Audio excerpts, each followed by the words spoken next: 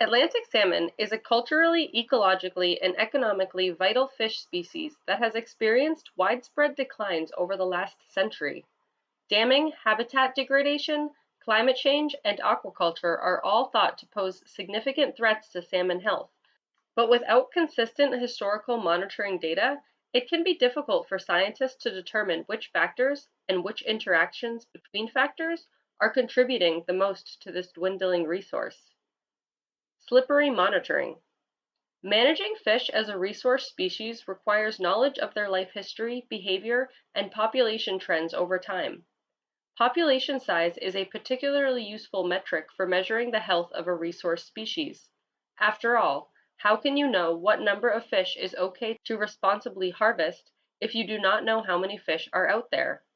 In ecological terms, a population is a unit of organisms who can reasonably be expected to reproduce with each other.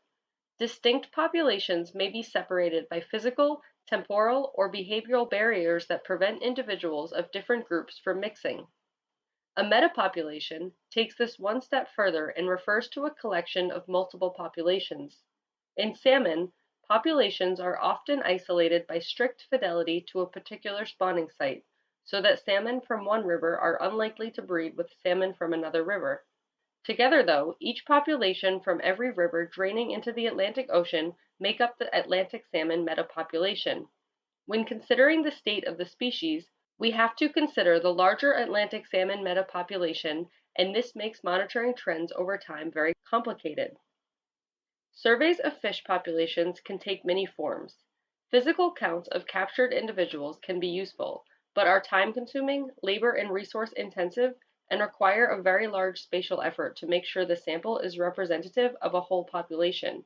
In addition to these barriers, scientists must monitor populations for years to understand trends over time and determine causes of any witnessed declines. Increasingly, genetic technology is being used to fill in the temporal gaps left by sparse historical monitoring. Why you shouldn't marry your cousin. In salmon, humans, and just about every other thing on this planet that we consider to be alive, the information that controls who gets fins versus hands, what color your outer skin, fur, or scaly coating is, or what kind of dangly bits you have, is contained within these tiny chemical strands called DNA. DNA is arranged into chromosomes, which are usually found in these tightly bundled packages inside the nucleus of our body's cells. They kind of look like ramen noodles. During cell division, these chromosomes pair up in preparation for replicating, and sometimes they get stuck together and end up switching or exchanging bits of themselves with the other chromosomes, as if you cut two ramen noodles and then stitch the cut parts onto the opposite noodle's end. Scientists call this process recombination, and it explains why the author of this post looks so much more like her grandmother than her grandfather, even though on average she should have received an equal 25% of her DNA from each of them. It also allows us to look into the evolutionary past of the organisms experiencing it. Recombination happens at somewhat predictable but different rates in different species and in different parts of a species' genome. Most of our DNA, and the DNA of a salmon, does not code for anything important, so bits of DNA getting recombined and moved around each time a cell divides usually is not a big deal. In a large population, you would expect to see a high degree of genetic diversity in these areas of the genome, and likely also in other areas that do code for traits, but are not vital for an individual's survival. As a population gets smaller, however, and individuals are forced to reproduce with each other more and more genetically similar to them, we see less diversity in these recombined areas. There are just fewer assemblage possibilities out there.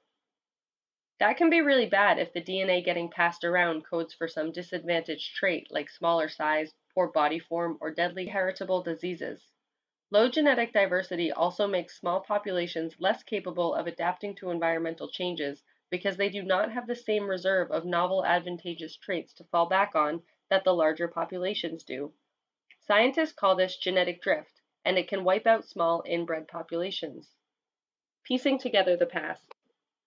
Knowing what genes code for different advantageous and disadvantageous traits and what typical recombination rates look like in a particular area of the genome allows scientists to both estimate past population sizes and postulate what environmental factors might be responsible for changes in population size over time.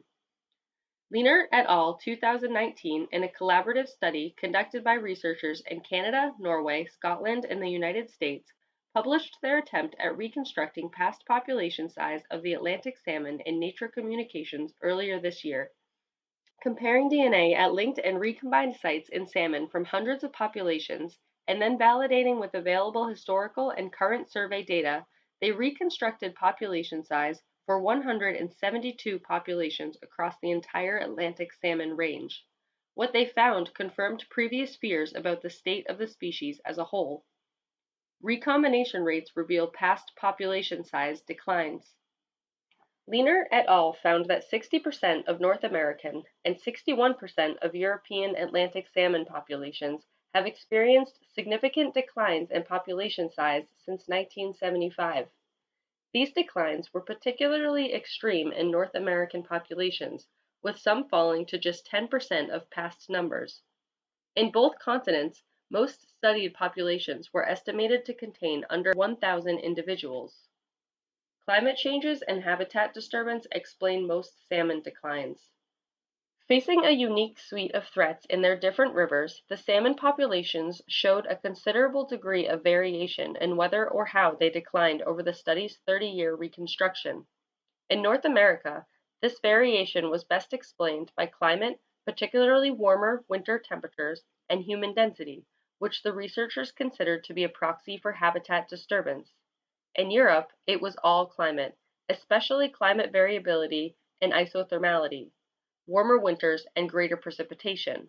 However, the researchers note that at this global scale, it is likely that regional or local influences are being underemphasized, such as the interactive effects of a local dam development or small-scale pollution. Declining and stable populations are evolving differently. If the news was not already depressing enough, the researchers also found that these population declines are affecting the way salmon evolve.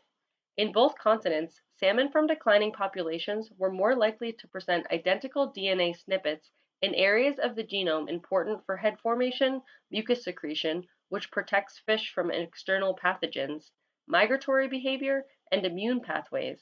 Should something happen, such as an environmental stressor that requires increased mucus production or a particular immune response, these declining populations may be less likely to adapt to and survive under changing environmental conditions.